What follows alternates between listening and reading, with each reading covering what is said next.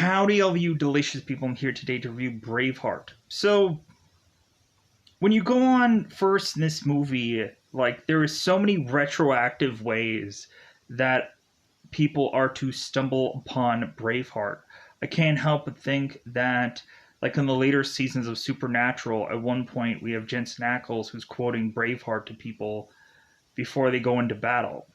There is also the moment where in WWE for a WrestleMania promo, we had Triple H who was donning the makeup and quoting Braveheart. We have consistently seen Braveheart somehow or another in so many other mediums and so many other approaches that eventually, Braveheart is to still stand the test of time because people keep going on and keep referencing it, or are to go on and do something visually similar. So, with that said, this movie still has a interesting impact, and that's the thing that I like about it the most. It's it's still relevant. It's still a movie that people will go into. And we even have, at some points, we have Robert the Bruce going on and doing a technically sequel film. And at some points, we do go back to Braveheart in certain iterations or certain other kind of things. Or we, at some points, do cover William Wallace's story in some iterations, which is just kind of really interesting. So, that's the thing that I technically liked the most about this movie is it's so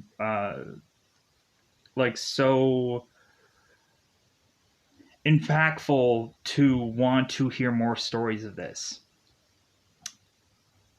But with that said, I also don't want to choose sides of either England or Scotland. I just want to see this story being told. And so with that said, teeing it up, what is this story about? So, with realizing that this is to be William Wallace's life story, and how, of course, he was to go on and lose his father and brother at an early age, and then turn around to travel the country to come right back to Scotland, and we really have this story that is to be about a man who is to lose a woman and had driven him to try and take down a kingdom because of that. And that's such an interesting story, how you can take love, and love could take down a kingdom. It's kind of like Tristan and Isolde, where you have a very similar story to that, where it's the tagline would be their love took down a kingdom. And I thoroughly enjoy Tristan and Isolde. If you haven't seen that movie, check it out. It's actually a pretty decent James Franco film. So, and a lot of people probably feel like Braveheart vibes from the movie Tristan and Isolde. But anyways, so going into this film, we have William who decides to go up against the English, or go up against England, and we start to have several different battles that are going on within this film. And the further and further we go into these battles, the more we start to slowly but surely see that people can be bought. Betrayal can happen, and that we are to also see a man who has to be broken in order to stand for something. And so that's the story in a very vague sense, what is to happen with Braveheart. A lot of people could have probably have heard of this movie, heard of this story, so on and so forth. So I think with that said, I'm just going to go into spoilers about this one. There's a lot to talk about, and so hopefully it won't take 12 years to go on and talk about the story, but I'm going to try to get through it as quickly as I can. So, with that said, I think it's about that time to just go into spoilers about this one. Let me know in the comments below how you felt about Braveheart. Uh, Conveniently, where can you go on to say that you can see this movie? Really, I didn't think that far. That far. Let me pause here for a second. Let me double check. It's free on Amazon right now, luckily. Because really, I didn't go into Amazon and watch it. I just conveniently watched it on some other thing.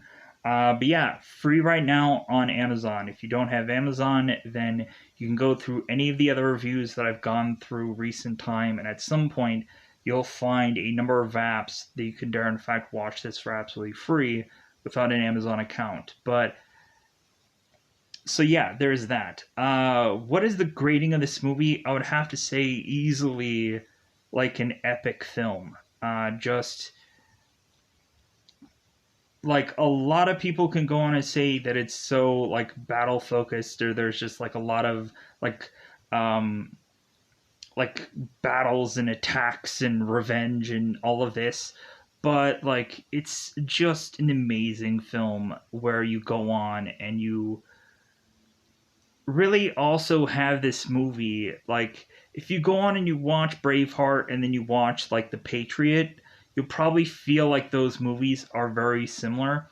With I think The Patriot, there's more of this kind of like surprise attack kind of thing, where you possibly see even more that there's a wild side to Mel Gibson in The Patriot, but like really I could probably like this movie a little bit better because it has some hilarious moments, as well as like them going on. I'm like, you know what, I'm gonna go and pick a fight. Like I don't really care. We're gonna kill these guys anyways. We're gonna battle them, and we're gonna try to take their heads off because we just don't care. Like we're gonna go after all these guys and take them down.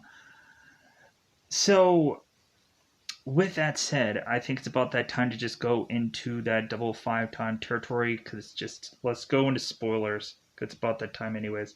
Let's go into spoiler time. Spoiler time. It's about that time we get to spoil this movie because it's going to take a while to probably talk about all this stuff. So I'm going to try to ram through it as quickly as possible. So, in the very beginning of this film, we of course have this to start out in Scotland in 1280 AD, I believe. And so, in the very beginning of this film, we have it be done in Scotland. And so, we have young William Wallace and his father, who is to be Malcolm, and a brother named John, who are to go on to battle, or to go on and try to have a peace treaty being done with England. And so, when we go on and there's supposedly going to be this peace treaty happening, instead, come to find out, we have a number of people that are hung, uh, and so really, there is to be a battle that is to be had. That, of course, is to have the return of William and John as corpses, as dead family members. So we, of course, have the funeral for both Malcolm and John, which, of course, leads to uh, Argyle coming to William Wallace and wanting to take him away to have William uh, go with him to kind of travel the world so William can go on and learn a plethora of different languages, such as Latin, such as French, such as uh, uh, any kind of language that it seems that will be eventually having him need to be in use for this film, even when the princess is to have her servant guy, or his, like, her kind of her counselor, like, talking to her in their language. We immediately have William, who's like, ha, ha, ha, ha, like, hey, thanks for calling me a savage. Yeah, like, I know French too. Like, so you for calling. So, and then the guy's like, oh, I guess we can't even. Yeah, you can't even. Like, he'll know exactly what you're saying. So we have William go all across the world and with Argyle, and then he is to go on and come back to then like re-meet up with a bunch of people from Scotland. And also, while William and John were gone, we had both William and we had Hamish. They're going on and like throwing these stones, and then they would punch one another, and just kind of kids being kids at that young age. So we transition here, and we are showcasing a marriage between Prince Edward and Princess Isabel, who, of course, is the princess from Wales, and to try to go on and unite kingdoms and stuff like that together, to where Princess Isabel could possibly have some alliance with these people from her background being from France, and so like there might be a good amount of allegiance there. So we of course have Prince Edward that is to be disinterested in Prince Isabel, simply because he is to like a guy named Philip, who later on in the film ends up getting chucked out a window, because of course he does. Because like we just have it to where Longshanks is just like just so fed up with Prince Edward's going on and sending either his princess or having like Philip talk for Prince Edward's. So Longshanks just goes on and kills Philip off in the later part of the film. So we go on, and both these two are getting married, and Longshanks is watching on as that is happening.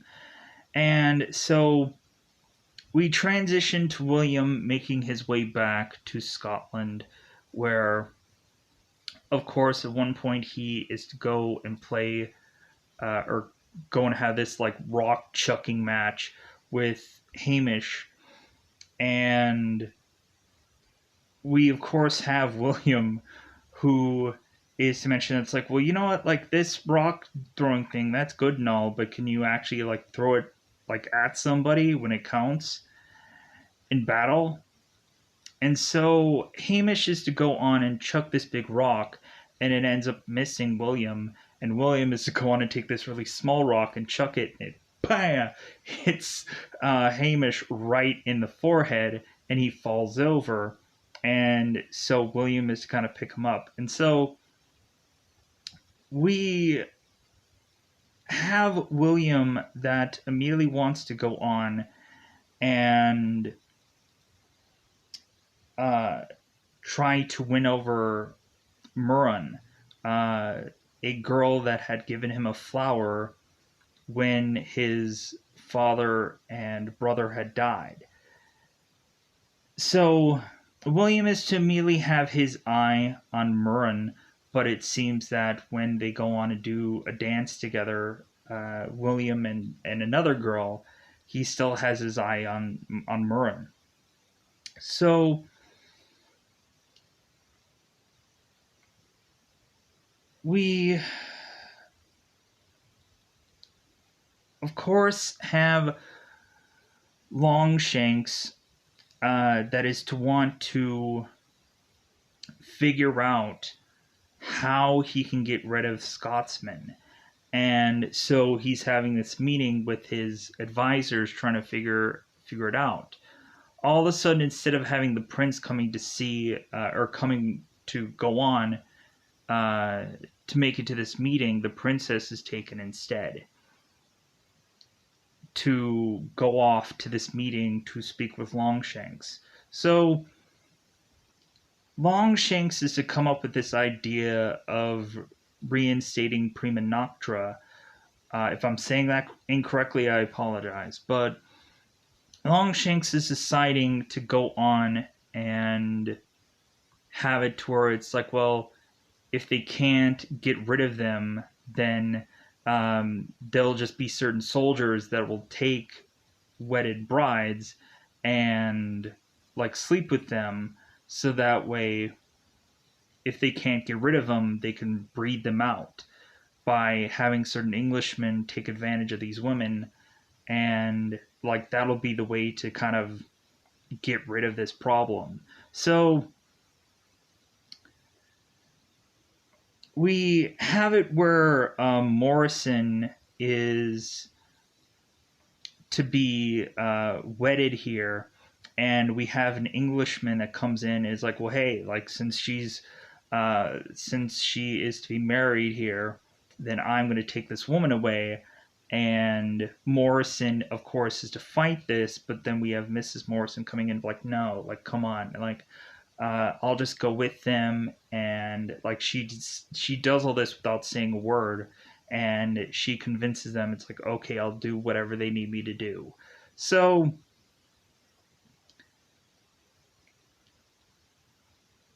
we have William that goes on and is to meet up with McClana and Miss McClana and ask for Murren. And so we of course have Murren's parents who are just like, hey, it's raining outside, like why would you want to go on and ask for her now? And William is like, oh no no no, like this is nice weather out. And so Murren jumps on this horse and is to go with William, and they run off on this horse together. And so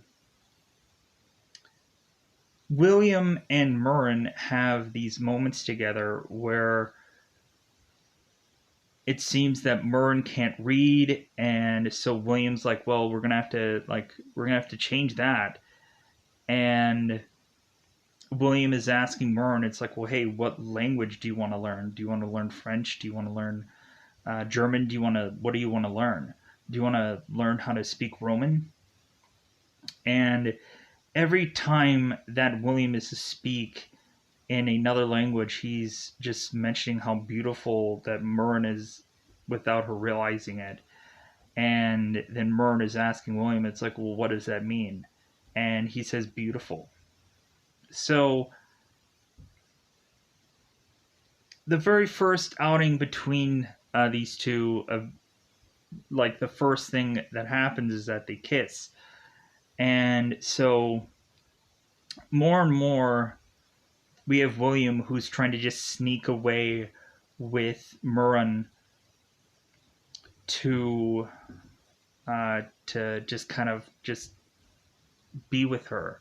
So we have Campbell and we have McClown, who's going to William at some point, mentioning that that really, if William wants to go on and get McClellan's daughter's hand in marriage, that he should go on and like try to like become a good man and stuff like that. And so we have William that doesn't want anything to do with like this stuff that's kind of going on here. Like William just really wants to be focused on like reestablishing his house, going and getting a white picket fence life with a wife and kids and everything like that. And so McLennan is telling William here that, hey, like, if you can go on and like be like a stand-up guy, then I'll go on and I'll let you marry my daughter. And he's like, well, haven't I just proven it? And he's like, no. So we go on and we have William, who is to sneak away with Murren and get married in secret. Basically, having William tell Murren that, like, he's always loved her and that he wants sons from her. And so they just kind of sneak off to go and get married. And then after they get married, they sleep with one another. And so we go on and have it where William and both William and Murren are to kind of have these moments of just kind of messing around with one another, kissing one another, and so on and so forth. And so we had Longshanks that was telling, like, hey, one way or another, if they try to do anything to kind of like, we'll figure it out. Like, we'll figure it out if these guys are trying to hide their marriage from us, and we'll try to get them either way. So we have a guy named Smythe who is to spot Murren going on and kissing William here. And so Smythe is to go on and just like, this this seems a little bit like these two are having a relationship. Well, we gotta snuff that out. So Smythe goes on and is to take his men and chase after Murren and trying to rip her clothes off and try to chase her down. And William is to spot this happening, and so he is to go on and defend Murren, which leads to William having Murren jump onto this horse and say, hey, meet me in the grove, as William is to go and find one of these England guards and is to change clothes with them and try to sneak off. William tries to go back to the grove, realizing that Murren isn't there, because Murren was to be found by these Englishmen, and she, of course, by the magistrate, was to be held and tied to this thing of wood, and was to have her throat cut because of the magistrate being frustrated, because it's like, well, haven't I shown you all leniency, and you're gonna like do this to me? You're gonna like go on and hurt my men. And let me take a second here to get a little reset. So we have the magistrate who goes off, kills Murren. So now, of course, we have William, who comes by horse, and we naturally assume that he is to go on and give himself up, which instead William goes on and wants to kill everyone involved in all this, having something kind of behind his head as he's going on and just via this horse, like pretending he's going to kind of give himself up, but instead he goes through, takes this item, whaps somebody off the side, and then goes on and starts decking everybody and starts killing everyone, and leaving the magistrate left to cut his throat open, just like they did with Murren. So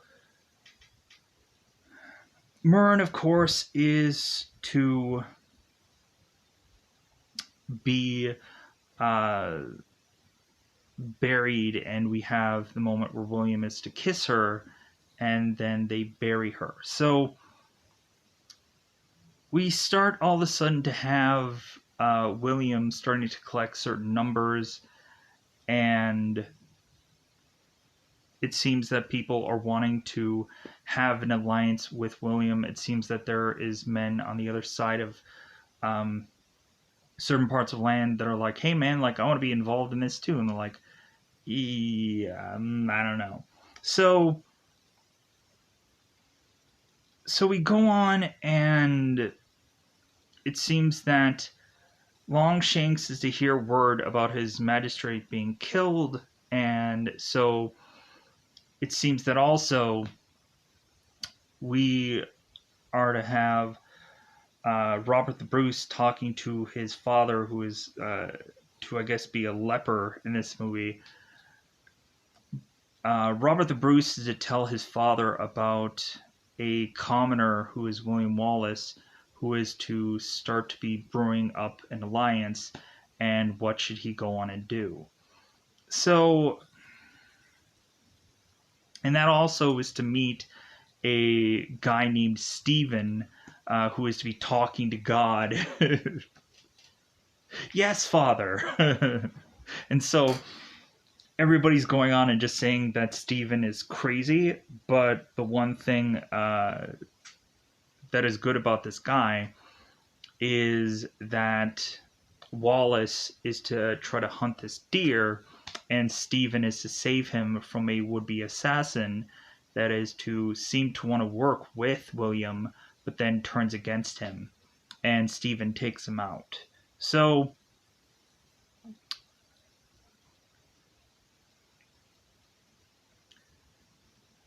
then we go on, and we have the battle at Stirling. So we of course have here where we have noblemen Moran and Lachlan,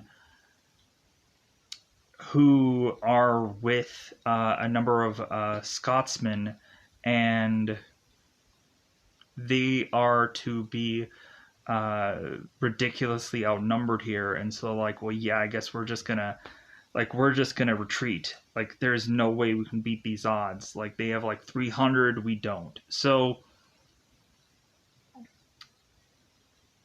we go on here, and William is to come with his men, and like still, like, their numbers probably still aren't matched here, but William is to have a strategy where we have both Morin and Lachlan, who are to kind of be like held off to the side with their horses, and then eventually they'll kind of come in afterwards. So after we go on, and we have a couple of bouts of arrows being shot at us, and that's when they go on, and we have the junk showing and the butt showing and everything like that, and then the arrows coming in. So we go on, and before like all the battle actually happens, we have William going on to meet with these Englishmen, and we of course have him like consistently smacking his horse with theirs, and is to mention to these guys that they're going to kiss their own butts as they leave here, and like everything to just gotta get these guys upset, to get these guys angry. So we have it where it seems like they were going to go on and ask for like a retreat, but instead William's like, no, we're going to fight these people. Like, they may take our lives, but they'll never take our freedom. So we go into this battle, and the first thing that they have is to do arrows, and we of course have these shields, and we have it to where a number of people are getting hit by these arrows as we have them show their butts or their junk to these guys. So we then go on after the second route, and like the cavalry's being brought in, and so they eventually do win the battling of Stirling, even though they might be outnumbered. They still go on and they still win this whole thing here, which then goes on and transitions into the attack of York, where they go through and bash with this battering ram while tar is being tossed, and they try to burn this battering ram, which just leads to help the battering ram being burnt to just go on to burn down like this castle at York, which just kind of helps them out. So, because it basically just burns down every piece of wood and everything like that. So, we also had a moment where they were to think about like these big, massive spears for when they were to go into battle, which I thought was really cool. Where, of course, William Wallace was to think of these big, massive spears that were as long as a man.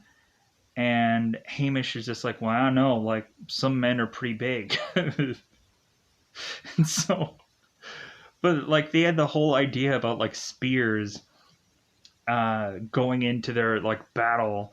And I thought that that was so interesting. But anyways, so we go into this story, and eventually William is to go on and take York, as well as them just kind of taking down a number of outposts where it seems that these guys were to go on and wear certain outfits of English, and they were thinking like, oh, like, hey, what's the news? And it's like, well, hey, the news is you guys are gonna die.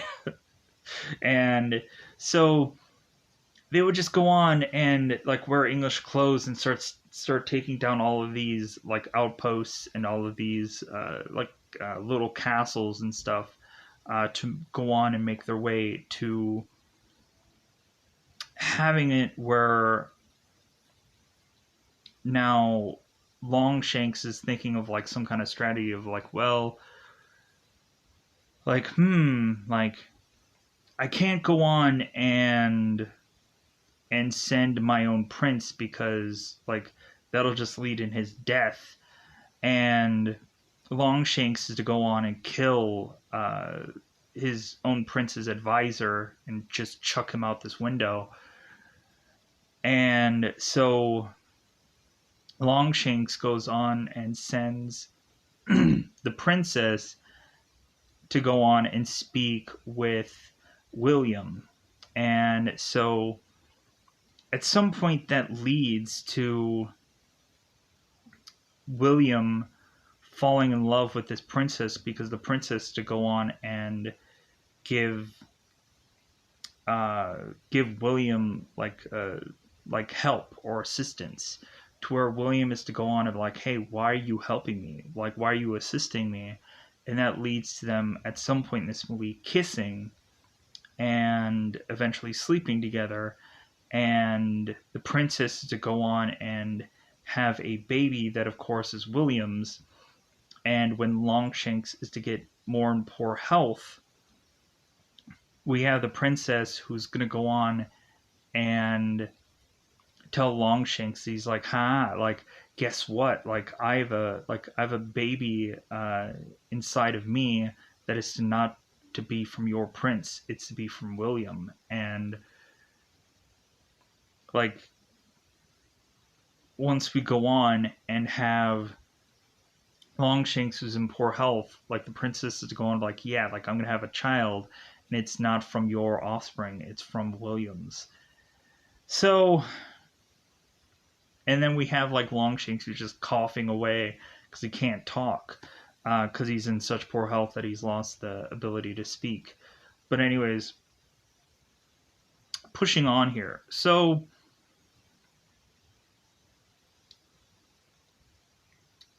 we have a number of like scenarios where we have like ambushes and a bunch of things like that that are planned for William. And William is to find out about them because, of course, the princess's assistant is to go off and let them know what's going on. So we have moments where William is thinking that he's going to go on and speak with the princess again, but instead he goes and realizes that this is an ambush, so he goes on and burns every single person that is willing to talk with him into this one little shack and kills them. So, kind of getting a lot ahead of myself, but anyway, so we go on and we have the uh, Battle of Falkirk, um, which is be the big battle that happens Falkirk, which is to be the big massive battle in this film, where we of course have William that's trying to convince, before they get to the Battle of Falkirk, we have William that's convincing Robert the Bruce to become king and like unite everybody to go up against England. And when we get to the Battle of Falkirk, we have William realize that he's being betrayed by all the people that he's fought alongside. That all of a sudden we have it to where noblemen Norman and Malklang, who were to get bribed off, and like their horses aren't going to help William in this battle, they just run off. And William and all of his men end up getting slaughtered for the most point, and William tries to chase after, of course, Longshanks, and is to have a bunch of his men try to stop William, and come to find out, the men who end up trying to stop William from getting to Longshanks, he unmasks one of them and realizes that it's actually Robert the Bruce, who's to be one of the guys that had allied himself with of course Longshanks. Having William realize that he is to of course be betrayed by everyone that he was to try to seek out allegiance with. And so we of course go on and have Stevens, who is to be galloping a horse to try to get to William.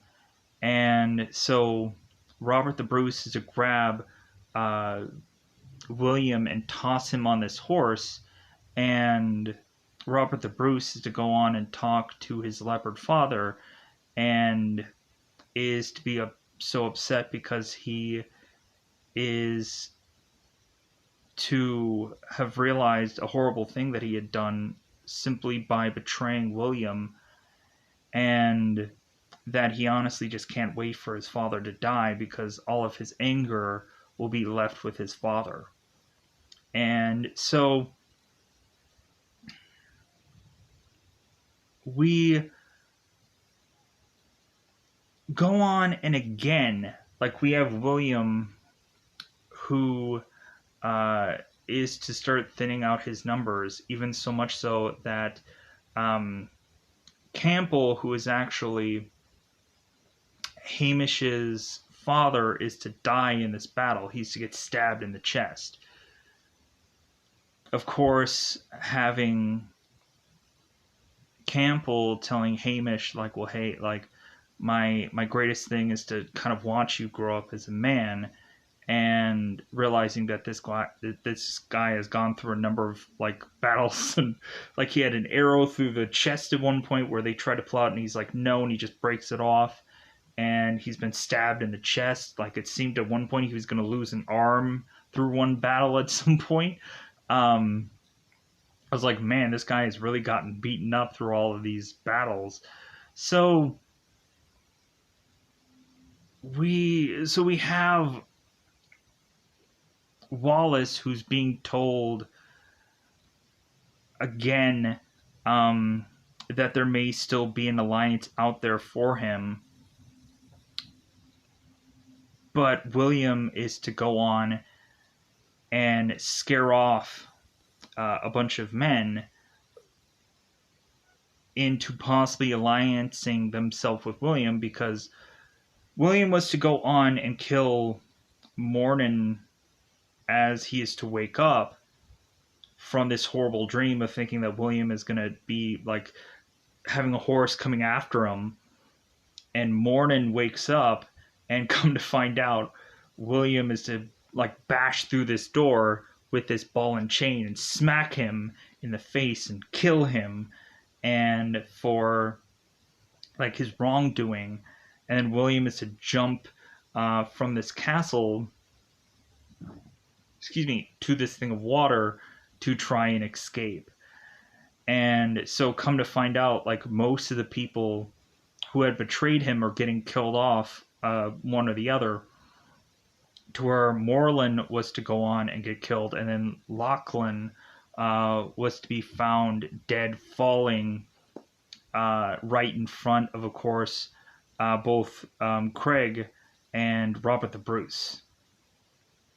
Because Craig and Robert the Bruce were thinking that, like, okay, who's going to die next? Is it going to be you? Is it going to be me? Like, he's probably going to come after everybody who had betrayed him. So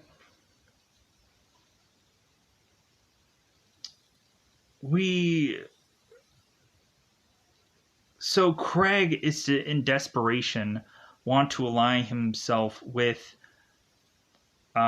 William, and to give him this handkerchief from Murren, to have William say, like, no, we're really wanting to have a truce with you, and so we want to speak with you.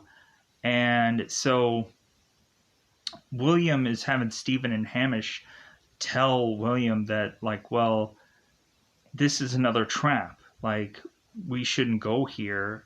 Like, we're all going to die if we go on to this place. So William decides that he's going to go on and, like, take them for their word. And so William goes to speak with Robert the Bruce, thinking that it's like, okay, hey, we're all going to go on and just meet up here and finally just kind of put things to bed.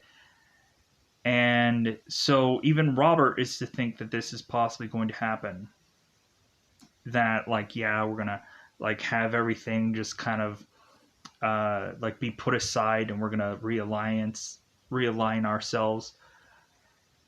And so all of a sudden William is on this horse, and he realizes that, again, this is another trap. All of a sudden the English are to come in and start pulling him off his horse, beating him. And so Robert is to try to jump in and be like, no, no. And so realizing that Robert is to be betrayed by his own father, and that's when we have Robert who's just upset with his own dad. And so, and Craig is like diving on top of Robert, like, no, like he's trying to protect him. He's trying to protect Robert. It's like only William was to be taken. So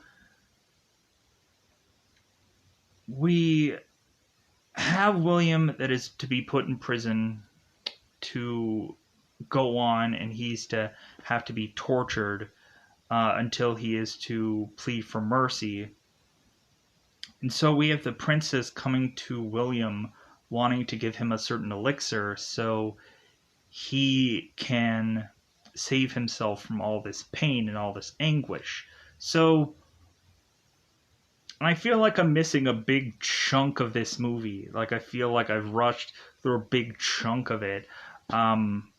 So if there's something that I massively missed, let me know in the comments below.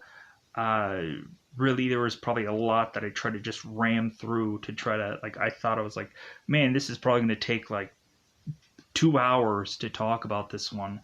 But there might be a lot that I didn't go into heavily. So it is what it is with this film. So we, of course, after the princess is to give William this elixir, he ends up spitting it out, because he wants to go on and, like, he wants to show them that he's, like, not backing down. So William goes on and is getting all this, like, fruit and things chucked at him, And come to find out from watching the show Vikings, you have to go on and you have to do that even though you're even on William's side. You have to go on and throw this fruit and this stuff because, or otherwise, you'll get fined. You'll get hurt as well as this guy would.